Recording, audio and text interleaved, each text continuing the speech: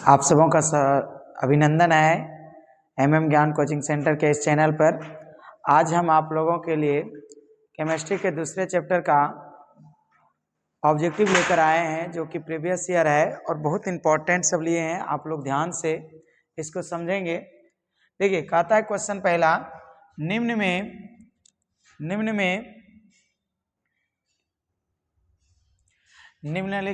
में कौन एक प्रबल अम्ल है। देखिए, प्रबल अम्ल की बात करें तो सबसे प्रबल अम्ल आपका HCl है। इसका नाम होता है हाइड्रोक्लोरिक अम्ल इसे कहते हैं, और ये हमारे पेट में पाए जाते हैं। इसका pH मान जो है pH मान 1.0 के अप्रॉक्सीमेट होता है।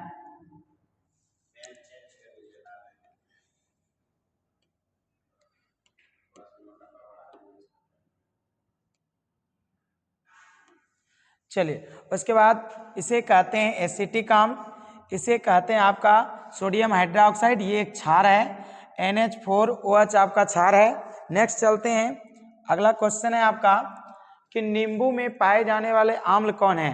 देखिए, टार्ट्रिक अम्ल जो पाया जाता है ये नींबू में नहीं पाया जाता है।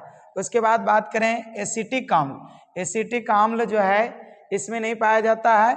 सिट्रिक अम्ल नींबू में पाया जाता है। फॉर्मिक अम्ल चींटी में पाया जाता है, फॉर्मिक अम्ल, और बिच्छू के डंक में फॉर्मिक अम्ल। तो इसका सही आंसर हो जाएगा आपका सिट्रिक अम्ल। नींबू में सिट्रिक अम्ल पाया जाता है, सिरका में एसिटिक अम्ल पाया जाता है। ये सिरका में पाया जाता है। ये आपका चींटी बिच्छू में पाया जाता है। ठीक, देखिए नेक्स्ट क्वेश्चन कहता है आपका कि लाल लिटमस को नीला कौन करता है। देखिए, एक ट्रिक है हमारे पास, आ नीला का मतलब होता है आम्ल अगर है तो नीला को वो लाल करेगा। ये कह रहा है लाल को नीला करेगा, इसका मतलब आम्ल नहीं है। इसके अलावा कौन बचा? क्षार। तो आंसर हो जाएगा क्षार, जो क्या करेगा? लाल को नीला करेगा। एक सूत्र है ABR, ठीक है। एसिड जो है ब्लू टू रेड करता है, यहां पूछ रहा है रेड टू ब्लू, तो BRB ट्रिक याद रखिएगा। BRB का मतलब बेस जो होगा रेड को ब्लू करेगा, और यहां भी वही पूछ रहा है रेड को ब्लू करना है, इसलिए क्या हो जाएगा? क्षार। ये क्षार के लिए है, ये एसिड के लिए है। नेक्स्ट क्वेश्चन है हमारा, pH 7 दर्शाता है। हम जानते हैं कि pH स्केल में हमारा 0 से शुरू होता है और 14 तक लिखा रहता है। 7 इसका बीच होता है। 7 से इधर जाइएगा तो अम्लीय होगा, 7 से इधर जाइएगा तो क्षारीय होगा। क्या होगा? क्षारीय होगा। और 7 पर रहिएगा उदासीन होगा। 7 रहेगा pH मान तो उदासीन होगा, 7 से कम रहेगा तो अम्लीय, 7 से ज्यादा रहेगा तो क्षारीय। 0 से 14 की ओर जाने पे क्षारीयता बढ़ता है, और 14 से 0 की ओर आने पर अम्लीयता बढ़ता है। इसलिए आंसर हो जाएगा pH मान 7 किसका होता है? तो उदासीन विलयन का होता है, याद रखना है। नेक्स्ट क्वेश्चन है आपका कि चींटी के डंक में कौन सा अम्ल पाया जाता है। सबको पता है लैक्टिक अम्ल पाया जाता है। दही में क्या पाया जाता है? लैक्टिक अम्ल पाया जाता है। एसिटिक अम्ल किस में पाया जाता है? सिरका में पाया जाता है। उसके बाद बात करें फॉर्मिक अम्ल, तो चींटी बिच्छू में यह अम्ल पाया जाता है। इसलिए पूछ रहा है हमें कि चींटी के डंक में कौन सा अम्ल होता है, तो फॉर्मिक अम्ल होता है। चलिए, उसके बाद आपका है अगला क्वेश्चन कि दूध के फटने का कारण क्या है। देखिए, दूध में पाया जाता है अम्ल, लैक्टिक अम्ल। कौन सा अम्ल होता है दूध में? लैक्टिक अम्ल होता है, लैक्टिक अम्ल होता है। और अम्ल होने के कारण से ही दूध फटते हैं, तो इसका मतलब होता है अम्ल का निर्माण होना। अम्ल बढ़ेगा तो दूध फटेगा, इसलिए आंसर हो जाएगा अम्लों का निर्माण होना। ठीक है, ताप बढ़ने से कोई अब प्रभाव नहीं पड़ेगा। क्षार का निर्माण नहीं होता है इसमें। NaOH का सामान्य नाम क्या है? देखिए, NaOH का सामान्य नाम होता है आपका कास्टिक सोडा। ठीक है, ब्लू विट्रोल के नाम से जाना जाता है, CuSO4 इंटू 5H2O को, अर्थात क्यूप्रिक ऑक्साइड जो है कॉपर सल्फेट के विलयन को ब्लू विट्रियोल कहता है। चूना का सूत्र होता है CaO, एक सूत्र होता है, एक होता है CaOH का होल 2, ये है बुझा बिना बुझा चूना, ये है बुझा हुआ चूना। बेकिंग सोडा का NaCO3 होता है। चलिए नेक्स्ट समझते हैं, NaHCO3 होता है। देखिए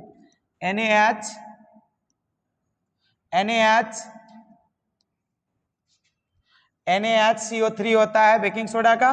कास्टिक सोडा का हो जाता है NaOH, सोडियम हाइड्रोक्साइड। नेक्स्ट चलते हैं, अगला क्वेश्चन है आम्ल और भस्म मिलकर क्या देता है। सबको पता है उदासीनीकरण अभिक्रिया में आम्ल और भस्म मिलता है तो लवण प्लस जल बनाता है, इसलिए आंसर हो जाएगा लवण और जल दोनों देता है। नेक्स्ट हमारा क्वेश्चन है बेकिंग सोडा का सूत्र क्या होता है, अभी तुरंत बताएं। ये होता है आपका बेकिंग सोडा का सूत्र NaHCO3 बेकिंग सोडा का सूत्र होता है, और ये है सोडियम कार्बोनेट, इससे धोबन सोडा बनता है। ये है कैल्शियम कार्बोनेट, इसे संगमरमर कहते हैं। KOH को पोटेशियम जो है हाइड्रोक्साइड कहते हैं। नेक्स्ट क्वेश्चन है आपका अम्लीय वर्षा का pH मान लगभग कितना होता है। देखिए ये होता है उदासीन विलयन का pH मान होता है 7 और 5.6 से कम होता है आपका अम्लीय वर्षा का। ये क्षारीय विलयन का pH मान होता है क्षारीय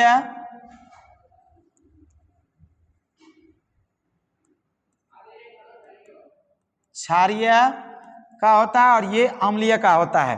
नेक्स्ट क्वेश्चन है हमारा कि मिर्च का तीखापन के कारण बनने वाला पदार्थ कौन है। देखिए मिर्च में तीखापन जो आता है कैप्सेसाइन के कारण आता है, कप्साइन के कारण आता है, याद रखना। नेक्स्ट क्वेश्चन है आपका नीला लिटमस। अभी जो है एक ट्रिक बताते हैं आप लोग को। एक ट्रिक है ABR का मतलब है एसिड ब्लू टू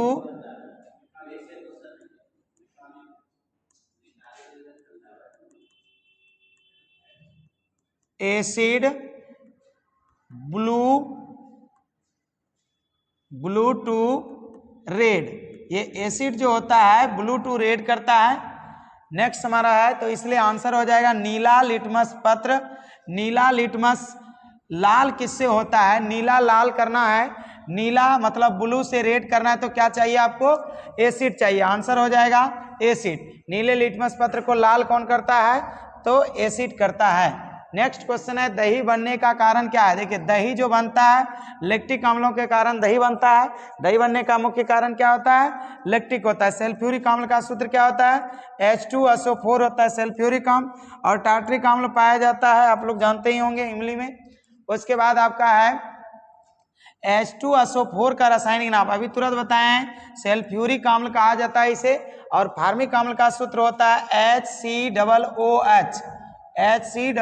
नाइट्रिक अम्ल का सूत्र है NH3, अमोनिया नाइट्रिक अम्ल HNO3 के तरह जाना जाता है, HNO3 होता है इसका फॉर्मूला। हाइड्रोक्लोरिक अम्ल का फॉर्मूला होता है HCl। क्लियर हो गया आंसर।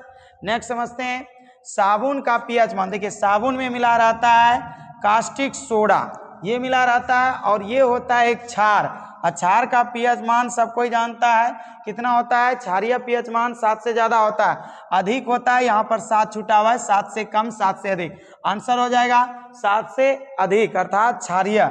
नेक्स्ट क्वेश्चन है कि नमक किस क्रिया से बनता है। अभी तुरंत हम एक रिएक्शन बताए थे कि आम्ल और भस्म अगर आपस में रिएक्शन करता है तो ये लवण बनाता है और जल बनाता है, लवण और जल बनाता है। इस रिएक्शन का नाम क्या है आपका, इस रिएक्शन का नाम है उदासीनीकरण होता है, अर्थात उदासीनीकरण के द्वारा ही आपका नमक बनता है, इसलिए आंसर हो जाएगा उदासीनीकरण। नेक्स्ट क्वेश्चन है टार्ट्रिक अम्ल किस में पाया जाता है। जानते हैं ये दूध में पाया जाता है, लैक्टिक अम्ल। उसके बाद नींबू में पाया जाता है सिट्रिक अम्ल। उसके बाद इमली में होता है टार्ट्रिक अम्ल। और चीनी में आपका नहीं पाया जाता, कोई भी अम्ल नहीं होता, कोई भी अम्ल नहीं होता है इसमें, याद रखना है ये बात को। आंसर हो जाएगा इमली। टार्ट्रिक अम्ल पाया जाता है इमली में। अर्सेनिक नहीं, असेटिक नहीं होगा, एसिटिक होगा। एसिटिक अम्ल का सूत्र क्या है? देखिए ये होता है HCOOH, फॉर्मिक अम्ल का सूत्र होता है आपका HCOOH, और ये है आपका एसिटिक अम्ल का सूत्र CH3COOH। H2 होता है सल्फ्यूरिक अम्ल का सूत्र है ये, और आपका HNO3 जो होता है नाइट्रिक अम्ल का फॉर्मूला होता है। इसलिए याद रखना आपका आंसर हो जाएगा CH3COOH एसिटिक अम्ल। नेक्स्ट क्वेश्चन आपका साबुन का मुख्य घटक कौन है? देखिए साबुन में जो मिला रहता है आपका क्षार मिला रहता है और वसा मिला रहता है। क्षार NaOH क्षार के रूप में पाया जाता है NaOH, और इसमें क्या पाया जाता है? वसा मिलाया जाता है अम्ल के रूप में। ये वसा जो होता है पामिटिक अम्ल के रूप में कार्य करता है। तो क्षार भी होता है अम्ल भी होता है, लेकिन मुख्य घटक के रूप में आपका वसा दिया जाता है, पामिटिक अम्ल, एस्टेरिक अम्ल ये सब डाला जाता है। इसलिए आंसर हो जाएगा ये, लेकिन कुछ मात्रा में ये भी पाया जाता है। नेक्स्ट क्वेश्चन है आपका कि Mg+HCl। देखिए ये जब रिएक्शन करता है Mg+HCl तो ये बनाता है आपका MgCl2 plus H2 gas release करता है। हम जानते हैं कि धातु जब अम्ल से रिएक्शन करता है तो आपका हाइड्रोजन गैस देता है, उस कारण से यहाँ हाइड्रोजन गैस रिलीज किया, और ये है MgCl2 गैस। MgCl2 आपका बनाता है मैग्नीशियम क्लोराइड बनाता है। चलिए थैंक यू, इतना ही क्वेश्चन का डिस्कशन था। अगले दिन मिलेंगे और भी क्वेश्चन लेकर। आप लोग इस चैनल पर बने रहें।